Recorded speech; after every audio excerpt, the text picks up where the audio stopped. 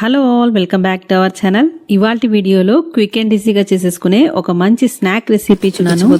ఈ స్నాక్స్ అయితే మనకి 10 to 15 డేస్ వరకు కూడా స్టోర్ ఉంటుంది. చాలా క్రిస్పీగా, చాలా టేస్టీగా ఉంటుంది. పిల్లల స్నాక్ బాక్స్ కానీ ఈవినింగ్ టీ టైమ్ స్నాక్స్ కానీ ఇది పర్ఫెక్ట్ గా ఉంటుంది. చేసే ప్రాసెస్ కూడా చాలా సింపుల్. ఒక్కసారి చేసి పెట్టుకుంటే మనకి 10 to 15 డేస్ వరకు కూడా స్టోర్ ఉంటుంది. ఎయిర్టైట్ డబ్బాలో వేసుకుంటే మనకి ఫ్రెష్ గా క్రిస్పీగాను ఉంటుంది. మరి అయితే ఇది ఎలా తయారు చేయాలో చూసేద్దామా. ముందుగా స్టవ్ ఆన్ చేసుకొని స్టవ్ మీద ఒక ప్యాన్ పెట్టుకొని అందులో 2 కప్పులు నీళ్లు పోసుకోవాలి. తర్వాత 2 టేబుల్ స్పూన్స్ నువ్వులు వేసుకోవాలి. తర్వాత 1 టీ స్పూన్ జీలకర్ర వేసుకోవాలి. తర్వాత 1 టేబుల్ స్పూన్ వరకు వాము వేసుకోవాలి.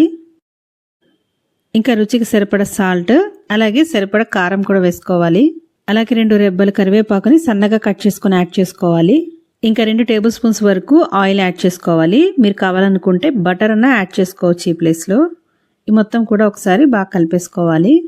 నీళ్లు బాగా మరిగిన తర్వాత ఇందులో 2 కప్పులు బియ్య పిండి వేసుకోవాలి. ఇక్కడ స్టవ్ ని లో ఫ్లేమ్ లో పెట్టుకొని కలుపుకోవాలి.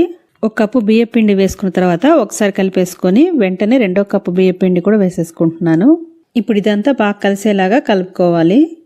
మొత్తం ఇదంతా ఒకసారి కలిపేసుకున్న తర్వాత స్టవ్ ఆఫ్ చేసేసుకోవాలి. ఇంకా తర్వాత మూత పెట్టి ఒక 5 నిమిషాలు రెస్ట్ ఇచ్చేయాలి.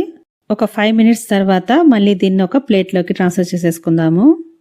ఇప్పుడు ఇది వేడి కొంచెం తగ్గి ఉంటుంది కాబట్టి ఇలా గోరువెచ్చగా ఉన్నప్పుడే మొత్తం కూడా ముద్దలా అయ్యే వరకు కూడా కలుపుకోవాలి. తర్వాత కొద్ది కొద్దిగా పిండిని తీసుకొని ఇలా చిన్న చిన్న ఉండల్లా చేసుకోవాలి. ఇలా తీసుకున్న పిండి ముద్దని కొద్దిగా పొడిపిండి అద్దుకొని చపాతీల్లా ఒత్తుకోవాలి. ఇక్కడ నేను పొడిపిండిగా కూడా బియ్య పిండినే వాడుతున్నాను. సేమ్ మనం చపాతీ ఎలా అయితే చేసుకుంటామో అదే విధంగా ఇలా ఒత్తుకోవాలి. ఇలా మొత్తం కూడా ఫ్లాట్గా చేసుకోవాలి. తర్వాత సైడ్ ఉన్న ఎడ్జెస్ మొత్తం కూడా కట్ చేసి తీసేసేయాలి. ఆ క్లిప్పింగ్ ఇక్కడ మిస్ అయింది. ఇలా సైడ్ ఉన్న ఎడ్జెస్ తీసేసిన తర్వాత మనకి నచ్చిన షేప్స్లో దీన్ని ఇంకా కట్ చేసుకోవటమే. ఇక్కడ చూస్తున్నారు కదా, ఈ మాత్రం మందం ఉండేటట్టు చూసుకోవాలి. ఇలా అన్నిటినీ తీసి ఒక ప్లేట్లో పెట్టేసుకుందాము. సేమ్ ఇదే ప్రాసెస్లోనే మిగతా పిండి అన్నిటినీ కూడా ఇదే విధంగా ఒత్తుకొని నచ్చిన షేప్స్లో కట్ చేసుకొని ఇలా అన్నిటినీ కూడా ప్లేట్లోకి రెడీగా పెట్టేసుకోవాలి. తర్వాత స్టవ్ ఆన్ చేసుకొని డీప్ ఫ్రైకి సరిపడా నూనె పెట్టుకోవాలి. కడాయిలో నూనె బాగా వేడెక్కిందో లేదో కొద్దిగా పిండి వేసుకొని చెక్ చేసుకొని మనం ప్రిపేర్ చేసి పెట్టుకున్నవన్నిటినీ కూడా ఇందులో వేసేసుకోవడమే. ఇంకా నూనె బాగా వేడెక్కిన తర్వాత వేస్తేనే ఇవి గుల్లగా వస్తాయి. నూనె బాగా మరిగిన తర్వాతే ఇలా ఒక్కొక్కటి వేసుకోవాలి.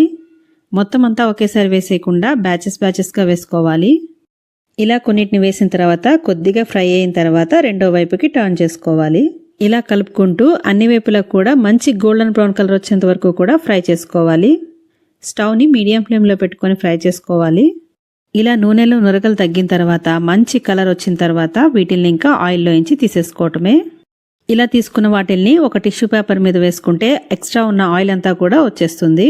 సేమ్ ఇదే ప్రాసెస్లోనే మిగతావన్నిటినీ కూడా వేయించి తీసుకోవాలి.